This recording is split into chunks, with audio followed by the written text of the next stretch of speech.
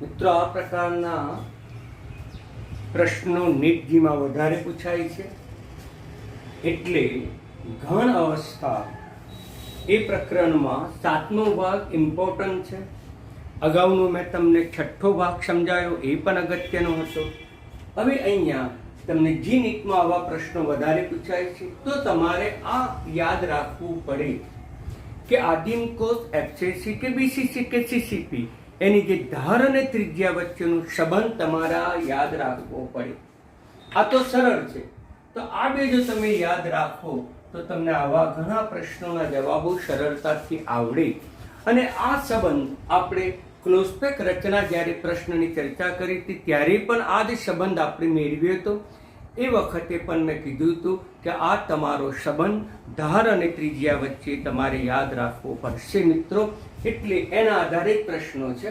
બિલકુલ સરળ છે કે પરમાણુ ત્રિજ્યા ગોળની તમને આપી દીધી છે, તો પછી એકમ કોષના ધારની લંબાઈ તમારે ગણવાની છે. કઈ રચના છે? અહીંયા એફસીસી રચના છે. કારણ કે અંદર આપી દીધું છે કે ફલક કેન્દ્રિત. દાખલા બિલકુલ સહેલા છે, પણ સૂત્રો યાદ રાખવા પડે. કયા પ્રકારનો એકમ કોષ છે? તો એ એકમ કોષની ધાર અને ત્રિજ્યા વચ્ચે ખાસ કરીને આ બે વધારે પૂછાય છે. હવે અહીંયા એફસીસી રચના આપેલી છે, એટલે પહેલા તો એફસીસી રચના છે. અને એફસીસી રચના માટે ધાર અને ત્રિજ્યા વચ્ચેનો સંબંધ આપણને ખબર છે.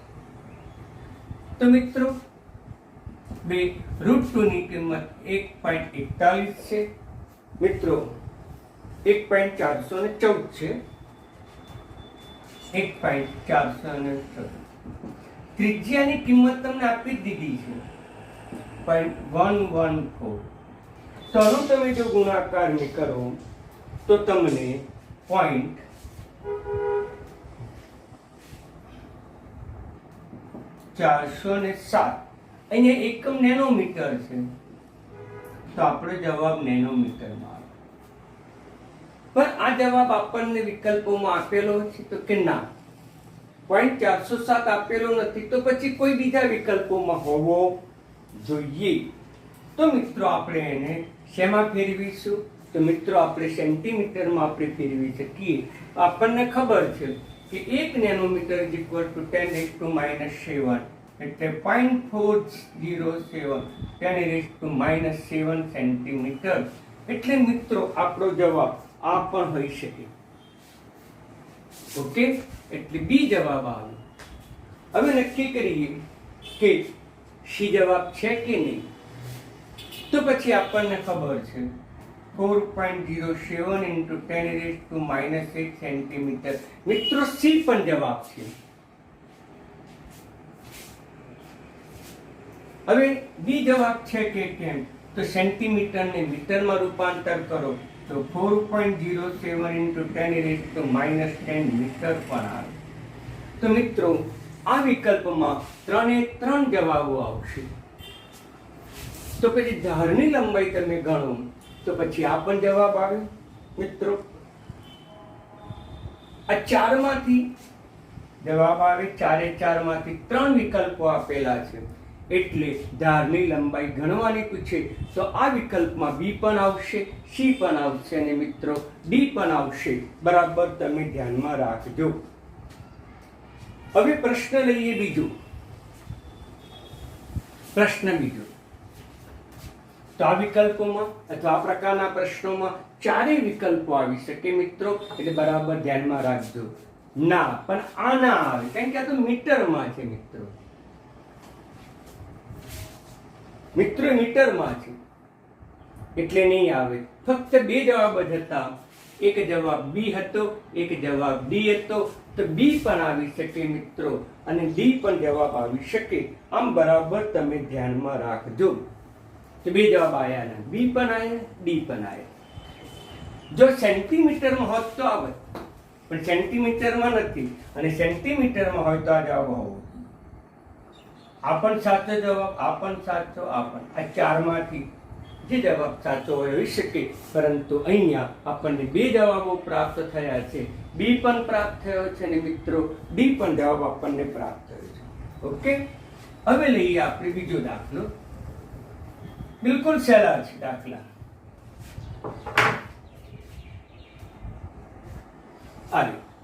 એલ્યુમિનિયમ સમઘનીય સમૃદ્ધ સંકુલિત રચનામાં સ્ફટિકીકરણ પામે છે. તેના ધારની ત્રિજ્યા તમને આપી દીધી છે. તો એકમ કોષના ધારની લંબાઈ કેટલી મિત્રો? તો તમને યાદ હોવું જોઈએ કે એલ્યુમિનિયમ છે, એલ્યુમિનિયમ એબ્સેસી રચના ધરાવે છે. સમૃદ્ધ સંકુલિત રચના સમગણીય છે, પણ એલ્યુમિનિયમ જે છે એ એલ્યુમિનિયમ એબ્સેસી રચના ધરાવે છે. આ વિધાન તમારે ધ્યાનમાં રાખવું પડશે, કારણ કે અહીંયા તો તમને કઈ ક્લોઝપેક રચના છે, એબ્સેસી આપી દીધી છે, ત્યારે અહીંયા તમને એવી કોઈ ક્લોઝપેક રચના આપી નથી. માટે એલ્યુમિનિયમને તમારે યાદ રાખવી પડશે, એબ્સેસી રચના ધરાવે. ત્રિજ્યા આપી છે, ધારની લંબાઈ શોધવાની છે, તો ફરીથી એનું એ જ સૂત્રનો આપણે ઉપયોગ કરીશું. √2 નું મૂલ્ય મેં તમને પહેલા કીધું કેટલું છે, 1.414. ત્રિજ્યા તમને આપી દીધી છે 125. જો આનો કેલ્ક્યુલેટરની મદદથી જો તમે જવાબ શોધો તો 353.5 થશે પિકોમીટર. પરંતુ પિકોમીટરમાં આ જવાબ છે, એટલે આ જવાબ આની સાથે સુસંગત નથી, એ ના આવે. હવે આપણે એને સેન્ટીમીટરમાં રૂપાંતર કરીએ તો સેન્ટીમીટરમાં 3535. પિકોમીટરના સેન્ટીમીટર કેટલા મિત્રો? તો તમને ખબર છે તો કે 10⁻⁻8 સેન્ટીમીટર. આમ પિકોમીટર અને સેન્ટીમીટર વચ્ચેનો સંબંધ આપણને 1 પિકોમીટર = 10⁻⁸ સેન્ટીમીટર આપણને સેન્ટીમીટરમાં આપેલું છે મિત્રો. તો એને પણ રૂપાંતર કરીએ.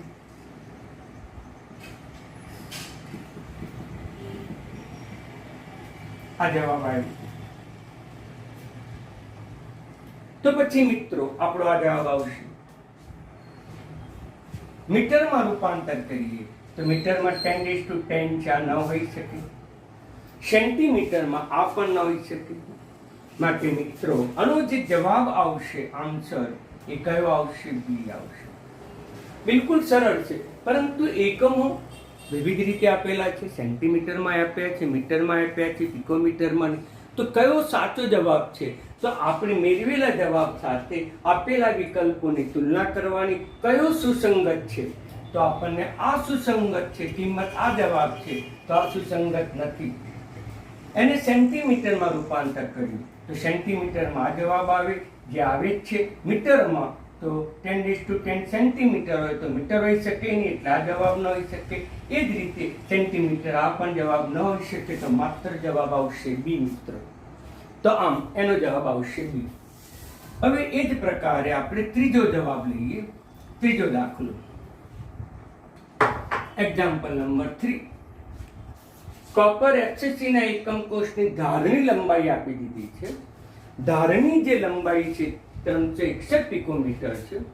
તો પછી કોપરના એકમ કોષમાં પરમાણુ ત્રિજ્યા કેટલી? એફસીસી રચના માટે વધારે પૂછેલા છે, એટલે એફસીસી માટે આપણને ધાર અને ત્રિજ્યા વચ્ચેનો સંબંધ આપેલો છે.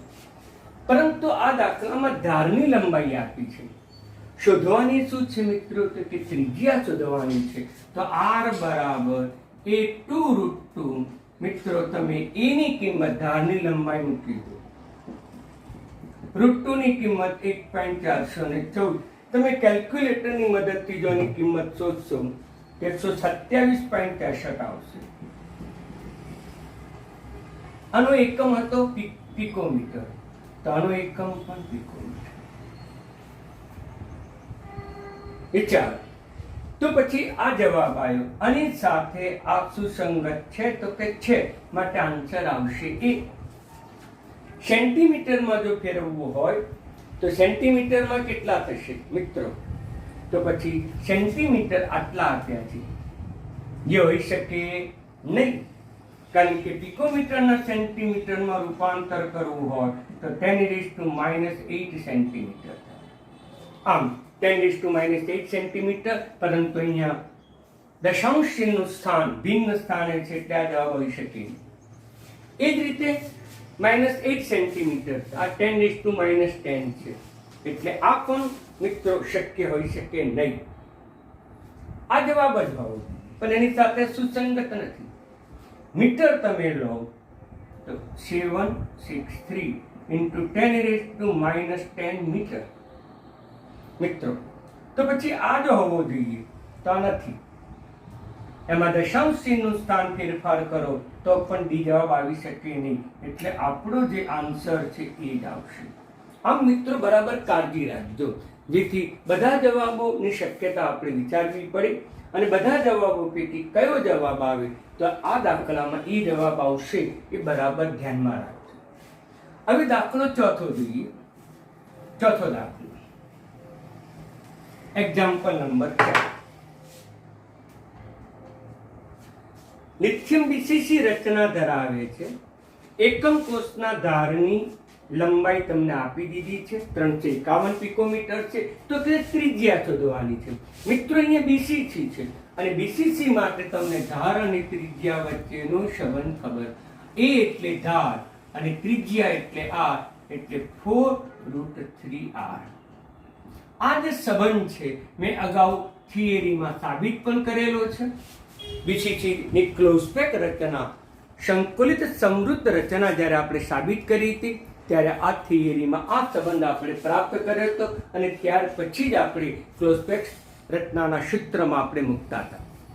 તો હવે ત્રિજ્યાનું કિંમત મૂકી દો. ત્રિજ્યા કેટલી છે? અરે ધારની લંબાઈ આપી છે, શોધવાની છે ત્રિજ્યા. તો ત્રિજ્યાને કરતા બનાવો √3/4a. √3/4 એ એટલે ધારની લંબાઈ કેટલી આપી છે? 351 પિકોમીટર. મિત્રો અહીંયા √3 ની કિંમત થશે 1.73. 1.73. ઓકે, આ જે છે એ √3 ની કિંમત છે મિત્રો. ચાલો પછી 351 ભાગાકારમાં 4. જો કેલ્ક્યુલેટરની મદદથી એનો જવાબ શોધશો તો 151.58 લગભગ 152 પિકોમીટર આપણે કહી શકીએ. મિત્રો આ જવાબ આવે છે ખરો? જોયું, 152 પિકોમીટર છે પણ અહીંયા 1.52 છે એટલે આ જવાબ ના આવે.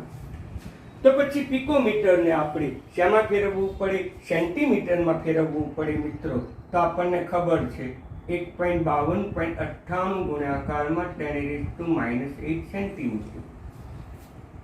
આવો કોઈ જવાબ તમને આપેલો છે મિત્રો? તો ના, આવો પણ કોઈ જવાબ આપણને આપેલો નથી.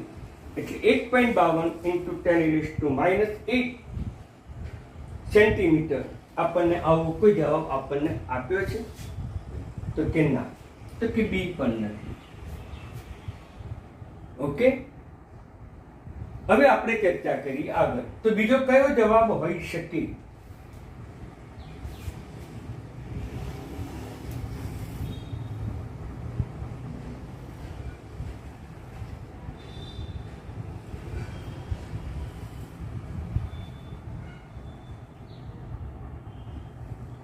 તો પછી આ વિચારીએ.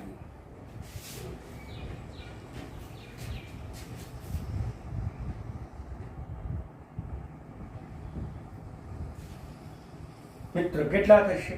10⁻10 સેન્ટીમીટર થશે. સોરી,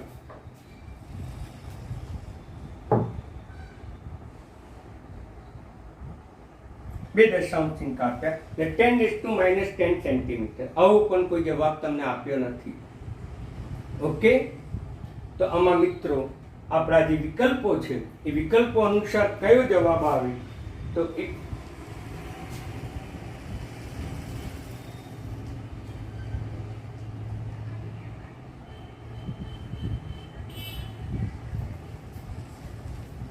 આપણો જવાબ છે, મારી અહીંયા ભૂલ હતી મિત્રો. એટલે આપણો જવાબ એ આવશે, બીજો કોઈ જવાબ આવી શકશે નહીં. ઓકે, હવે આપણે એક્ઝામ્પલ નંબર 5 લઈએ. 5.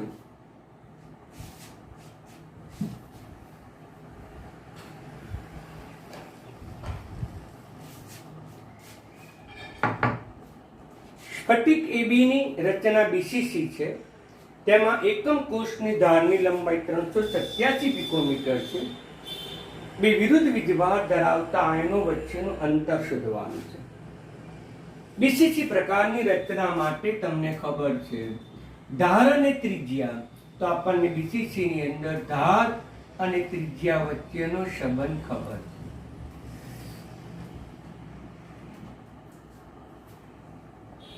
એમાં ધારની લંબાઈ આપી છે. આપણે બે આયનો વચ્ચેનું અંતર શોધવાનું છે. મિત્રો, બીસીસી રચનામાં ક્યુબિક ક્લોઝપેક રચનામાં અંતઃવિકર્ણ ઉપર પરમાણુ આવેલા હોય છે.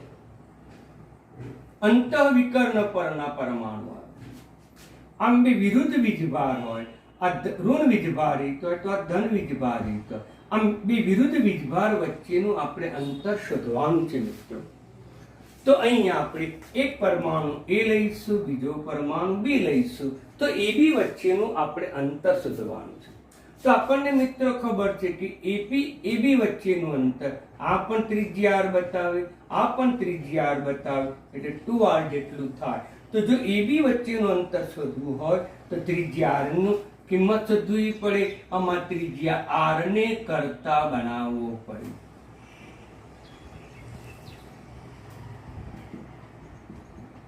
એની કિંમત મિત્રો તમને આપી દીધી છે.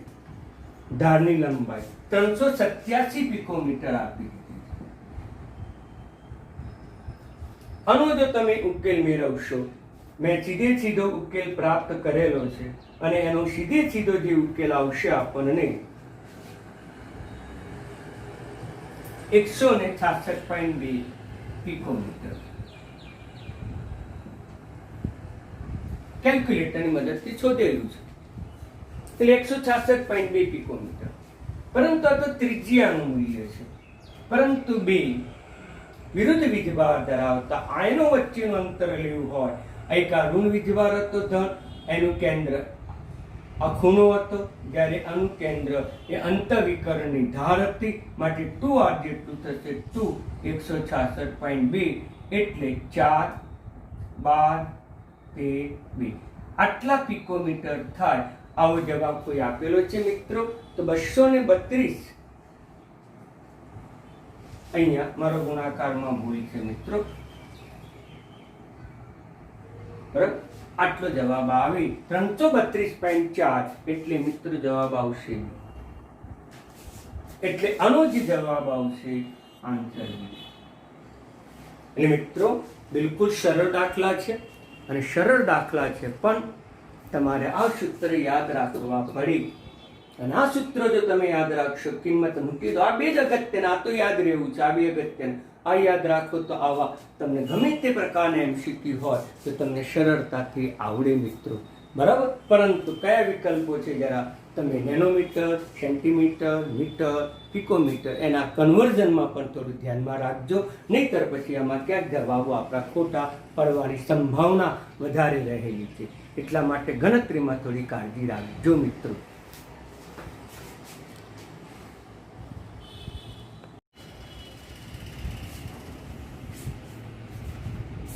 મિત્રો બંને દાખલા મોસ્ટ ઇમ્પોર્ટન્ટ. વિદ્યાર્થી મિત્રો યાદ રાખો, બંને દાખલા સમાન પ્રકારના લાગે, પરંતુ બંને દાખલાની પદ્ધતિ જુદી છે. આ ઉપરાંત દાખલામાં આપેલી જે કિંમતો છે એ કિંમતો પણ તમને ફેરફાર કરીને પૂછી શકે. આ જે બધા સંયોજન છે બિન પ્રમાણીય સંયોજન છે. તત્વયોગમિતિ સિદ્ધાંતનું પાલન થતું નથી. યાને કે તત્વોની સંખ્યા, પરમાણુની સંખ્યા પૂર્ણાંક નથી અને પૂર્ણાંક નહીં હોવાને પરિણામે એ પરમાણુની સંખ્યા અપૂર્ણાંકમાં હોઈ શકે. તત્વ પણ બદલી શકે મિત્રો, અને આ સંખ્યા પણ બદલી શકે. એટલે એક કરતા વધારે પ્રકારના દાખલાઓ બની શકે. અહીંયા નિકલની જગ્યાએ Fe પણ મૂકી શકે મિત્રો, મેંગેનીઝ પણ મૂકી શકે. અહીંયા 0.98 છે, એની જગ્યાએ તમને 0.96 પણ મૂકી શકે. અહીંયા 98 મૂક્યું છે, એની જગ્યાએ તમને 96 પણ મૂકી શકે. આમ આ કિંમત બદલાતી જાય, સંજ્ઞા પણ બદલાતી જાય તો એક કરતાં વધારે પ્રકારના દાખલા બને, પરંતુ એ બધાની પદ્ધતિ સરખી છે. તો આવા દાખલા ઘણા બધા પૂછી શકે, પરંતુ આ દાખલો આપણા પાઠ્યપુસ્તકનો છે, પેજ નંબર 33, એક્ઝામ્પલ 1.16. આ દાખલો આપણા પાઠ્યપુસ્તકનો છે. આના આધારે બીજા દાખલા એની સમજૂતી ઉપરના દાખલા નીટજીમાં પૂછાયેલા છે, જે મેં તમને સ્વાધ્યાય સ્વરૂપે પેમ્પલેટમાં મારી નોટમાં મોકલી આપ્યા છે. તો અહીંયા ધ્યાન આપીએ તો એનઆઈ જે છે એમાં પૂર્ણાંક નથી. એનો અર્થ એમ થયો તો કે એની અંદર ni+2 પણ નથી કે ni+3 પણ. જો એની સંખ્યા પૂર્ણાંક હોત મિત્રો તો પછી આવી અપૂર્ણાંક ના આવે. આમ અપૂર્ણાંક આવવાનું કારણ જ્યારે રચના બને ત્યારે fe+2 બનાવવો છે, તેની જગ્યાએ થોડા પ્રમાણમાં શું બની ગયો છે? fe+3. આમ તત્વ યોગમિતિ સિદ્ધાંતનું પાલન ન થયું.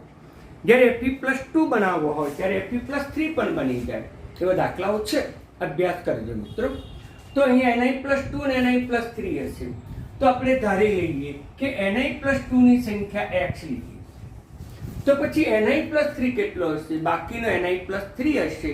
એટલે કે નિકલની જે સંખ્યા આપી છે એમાંથી આપણે ni+2 ની સંખ્યા બાદ કરીએ, એટલે કે 0.98 x, અને કિંમત આપણે x ધારી છે. તો એ જ લખીશું, નિકલ +2 ની સંખ્યા x છે, તો પછી ni+3 ની સંખ્યા કેટલી હોય? આપેલી સંખ્યામાંથી બાદ કરો એટલી પ્રાપ્ત થાય. મિત્રો આટલી વસ્તુ ધ્યાનમાં રાખો. દાખલા તરીકે આપણે લખીએ છીએ Fe2O3. મિત્રો આવું લખીએ, પણ કેટલીક વખત અહીંયા Fe+3 છે, ઓક્સિજન -2 છે, પણ કેટલીક વખત Fe+3 પણ ન બને, પણ Fe+2 પણ બને, ઓક્સિજન બને, એટલે સૂત્ર FeO બને. પરિણામે એને આપણે લખીએ છીએ Fe3O4. મિત્રો તો Fe3O4 પણ શક્ય છે, FeO પણ શક્ય છે, Fe2O3 પણ શક્ય છે. ધ્યાન આપો, એકલું આ શુદ્ધ સ્વરૂપના ના બનાવી શકીએ. કેમ કે જ્યારે તમે Fe+3 બનાવવા જાઓ તે ઉષ્મીય શક્તિને કારણે Fe+2 પણ બને.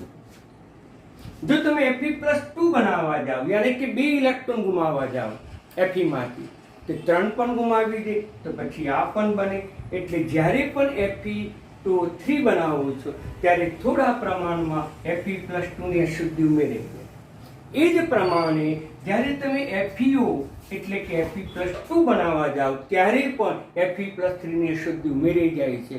આમ ચલાયમાન ઓક્સિડેશન અવસ્થા ધરાવતા સંયોજનો શુદ્ધ સ્વરૂપમાં આપણે પ્રાપ્ત કરી શકતા નથી. એ અંતરાલીય સંયોજન તરીકે ઓળખીએ છીએ, જે આપણે ધોરણ 11માં પણ શીખી ગયા. અને અંતરાલીય સંયોજનમાં ગોઠવાતા તત્વોની સંખ્યા પૂર્ણાંકમાં નથી હોતી, અપૂર્ણાંકમાં હોય છે. આ અપૂર્ણાંક કિંમતો હોઈ શકે મિત્રો. એટલે આવો દાખલો એ આપણા પાઠ્યપુસ્તકમાં આપેલો છે, અને Fe નો દાખલો તમને બોર્ડમાં પૂછાઈ ગયેલો છે. તો ni+3 ની સંખ્યા આ થઈ, પરંતુ આ સંયોજન છે, નિકલ ને ઓક્સિજનનું બનેલું છે, એની ઉપર કોઈ વીજભાર જ નથી, તેથી તેના ઓક્સિડેશન આંકનો સરવાળો કરવો પડે. મિત્રો આપણે ઓક્સિડેશન આંકનો સરવાળો શીખીએ. દાખલા તરીકે H2SO4 નો ઓક્સિડેશન આંકનો સરવાળો કેટલો થાય? તો આપણે શું લખીએ છીએ? 2 ગુણ્યા હાઇડ્રોજનનો ઓક્સિડેશન આંક, 1 ગુણ્યા સલ્ફરનો ઓક્સિડેશન આંક, 4 ગુણ્યા ઓક્સિજનનો ઓક્સિડેશન. એની પર કોઈ વીજભાર નથી, એટલે આપણે શૂન્ય નથી. આમ ઓક્સિડેશન આંક આપણે ગણીએ છીએ. તે જ પ્રમાણે અહીંયા પણ ઓક્સિડેશન આંકનો ગણવો પડે. પરંતુ આ જે તત્વ છે એ ni+2 નું પણ બનેલું છે અને ni+3 નું પણ બનેલું, તો એને પણ ધ્યાનમાં રાખીને આપણે ગણવું પડે. ni+2 ની સંખ્યા કેટલી છે? તો કે x. તેથી x ગુણાકારમાં ni+2. અહીંયા હાઇડ્રોજન 2 હતા તો 2 ગુણ્યા હાઇડ્રોજન, અહીંયા ઓક્સિજન 4 હતા તો 4 ગુણ્યા ઓક્સિજન. તે જ પ્રકારે અહીંયા પણ x છે, x સંખ્યામાં ઓક્સિજન છે, અહીંયા 2 સંખ્યામાં હાઇડ્રોજન છે, 4 સંખ્યામાં ઓક્સિજન છે. તેથી 2 સંખ્યા ગુણાકારમાં હાઇડ્રોજનનો હાઇડ્રોજનની સંખ્યા લખી 1.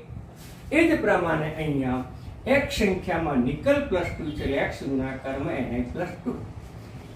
ni+3 પણ હશે, પણ કઈ સંખ્યામાં હશે? 0.98 ઓછા x સંખ્યામાં છે. હવે ઓક્સિજન પણ છે, પણ ઓક્સિજન કેટલી સંખ્યામાં છે મિત્રો? પૂર્ણાંક સંખ્યામાં છે 1, એટલે 1 ગુણ્યા O-2. હવે આનો ઓક્સિડેશનાંક કેટલો? તો તેના વીજભાર જેટલો, એટલે +2. આનો ઓક્સિડેશનાંક કેટલો? તે તેના વીજભાર જેટલો, +3. આનો ઓક્સિડેશનાંક કેટલો? તે તેના વીજભાર જેટલો, -2. હવે એનો ગુણાકાર કરી સાદરૂપ આપ્યું, અને સાદરૂપ આપતા આપણને x બરાબર 0.94 પ્રાપ્ત થયા, અને 2 વડે ગુણ્યા, અને 3 વડે ગુણ્યા, અને પણ 3 વડે -2, એટલે 2x - 3x એટલે -x કર્યું. 2.94 માંથી 2 બાદ કર્યો એટલે 0.94, એટલે x બરાબર 0.94 આવ્યું. x કોના માટે કિંમત ધારણ કરી? તે ni+2, એટલે ni+2 ની સંખ્યા થશે 0.94. તો પછી ni+3 ની કેટલી x કિંમત શોધી, એટલે 0.94 માંથી, અને 0.98 માંથી 0.94 બાદ કરીશું, એટલે આપણને 0.04 જેટલી ni+3 ની સંખ્યા. જો સંખ્યા પૂછે તો આ, પરંતુ આપણને અંશ પૂછ્યો છે. અંશ એટલે ટકા, તો ટકા પણ શોધી શકીએ કે નિકલ 0.98 હતો, એમાંથી x કેટલો આવ્યો? તો કે x આવ્યો 0.94, નિકલ +2. આમ 0.98 નિકલમાં 0.94 નિકલ +2 છે, તો 100 હોય તો કેટલું? તો એની 83 મૂકી તો આપણને 95.92 મળે. ni+3 ની સંખ્યા શોધવી છે, તો પછી આપણે 100 માંથી જે નિકલ +2 હતું એ નિકલ +2 નું મૂલ્ય બાદ કરવું પડે, એટલે 4.08% આપણને પ્રાપ્ત થાય. આમ ni+2 નો અંશ કેટલો? તો ni+2 નો અંશ 95.92%. ક્યારેક તમે આવું પણ પૂછી શકે, તો પણ જવાબ સાચો માનવાનો, અથવા નિકલ +3 ના અંશ કેટલા? તો તમને આવું પણ પૂછી શકે. મિત્રો, આ બંને જવાબો તમે લઈ શકો. એટલે સરળ દાખલો છે, બરાબર ધ્યાનમાં રાખો. Fe માટે પૂછ્યું તો પછી આનો આ જ દાખલાનો જવાબ થશે. અહીંયા નિકલની જગ્યાએ Fe મૂકો તો કિંમતમાં કોઈ ફેર પડે ના પડે, આ જવાબ થાય. તો ફરીથી બરાબર ધ્યાનમાં રાખો કે આ જે સંયોજન છે એ પ્રમાણિત સંયોજન નથી. પૃથ્થકરણ દરમિયાન માલુમ પડ્યું, પ્રાયોગિક રીતે માલુમ પડ્યું કે આમાં નિકલનું પ્રમાણ 0.98 હતું અને ઓક્સિજન 1 હતો. આમ પૃથ્થકરણ દર બતાવે છે કે નિકલ ઓક્સાઇડ આ અણુસૂત્ર ધરાવે છે.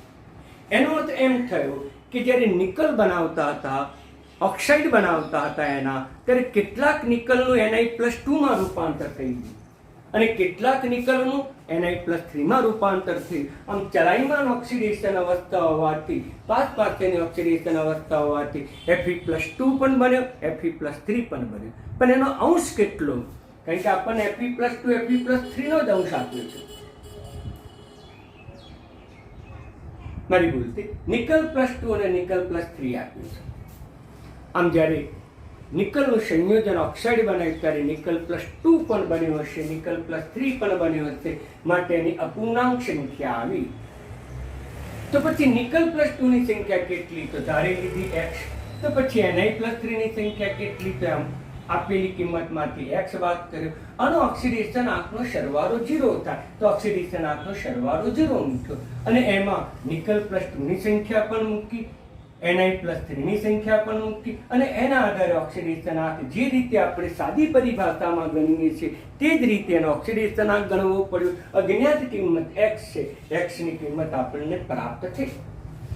અજ્ઞાત કિંમત પ્રાપ્ત થયા પછી આપણે નિકલ +2 ની સંખ્યા કેટલી આવી? 0.94. તો નિકલ +3 ની સંખ્યા કેટલી? તો કે આમાંથી x બાદ કરો. અંશ શોધ્યું છે ટકા. આપણને નિકલનું સંયોજન કેટલું આપ્યું છે? તો 0.98. તો 0.98 નિકલ હોય તો એમાં ni+2 કેટલા આવ્યા? તો કે 0.94. તો જ્યારે 100 પ્રમાણ હોય નિકલનું તો કેટલું? તો 100 નિકલમાં કેટલું? તો આપણે 83 મૂકી 95.92%. તો બાકીનો ભાગ શેનો બનેલો હશે? ni+3 નો. તો ni+3 નો અંશ શોધવો હોય તો કુલ ભાગ 100 માંથી એ બાદ કરવો પડે, એટલે આપણને ni+3 ના ટકા અથવા તો તેનો અંશ આપણને પ્રાપ્ત થાય. મિત્રો, તો આ રીતે તમે સરળતાથી દાખલો ગણી શકો. તમને હોમવર્ક્સમાં પણ દાખલો આપી શકાય. Fe.96 Ω. તો પણ મિત્રો તમે આ જ પદ્ધતિથી દાખલો ગણી શકો. આ જ પદ્ધતિથી કોઈ ફેરફાર નહીં. Fe+2 તો કે x, Fe+3.96 - x, પછી તમે આ જ રીતે કિંમત મૂકો તો આવો દાખલો પણ તમે સરળતાથી ગણી શકો. આ દાખલો તમને નીટમાં પૂછાઈ ગયેલો જે તમને આવડે. હવે આ દાખલો પાછો એના કરતા થોડો ભિન્ન છે કે જ્યારે Fe નું સંયોજન બનાવ્યું ત્યારે એમાંથી Fe+2 પણ બન્યા છે અને Fe+3 પણ બન્યા છે મિત્રો. ચલાયમાન ઓક્સિડેશન અવસ્થા છે 5 પાસેની Fe+2 વખતે ઉર્જાનું મૂલ્ય અને Fe+3 ની ઉર્જાના મૂલ્ય વચ્ચે બહુ નોંધપાત્ર ફેરફાર હોતો નથી. Fe+2 બનો ત્યારે થોડા પ્રમાણમાં Fe+3 બને, Fe+3 બનાવો ત્યારે થોડા પ્રમાણમાં Fe+2 પણ બને. અતિ શુદ્ધ સંયોજન ન બની શકે. આવું બિનપ્રમાણી સંયોજન બને, પણ બિનપ્રમાણી સંયોજન તરીકે x આપી. પણ એમાં સરળતાથી એમાં 3 સંખ્યામાં Fe+2 છે અને એક સંખ્યામાં Fe+3 છે. તો પછી x નું મૂલ્ય શોધી શકાય. વિકલ્પો છે આપેલા છે. આ બંને દાખલા અને આ દાખલો પણ તમને નીટજીમાં પૂછાયેલો છે. તૈયાર કરજો મિત્રો. તો હવે આપણને આની એક સંખ્યા આપી છે એટલે Fe+3 આ રીતે લખાય. એની સંખ્યા આપણે y ધારી, x ના ધરાય કારણ કે x અહીંયા આપેલી છે માટે y ધારી. તો પછી શરત મુજબ શું કહે છે? આ 3 છે જ્યારે આ 1 છે. તો પછી Fe+2 ની સંખ્યા આના કરતા 3 ગણી. તેથી Fe+2 ની સંખ્યા y કરતા 3 ગણી એટલે 3y જેટલી. ઓકે. પરંતુ આપણને આ બંને આયનોનો સરવાળો કેટલો કીધો છે? x. આ બંનેનો સરવાળો આપણને x કીધો છે. Fe+3 આયન Fe+2 બરાબર x. પરંતુ Fe+3 ની કિંમત તો y ધારી લીધી છે.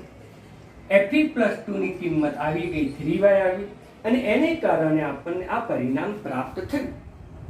પણ મિત્રો આપણે y ધારેલા છે માટે y ની કિંમત તો શોધવી પડે.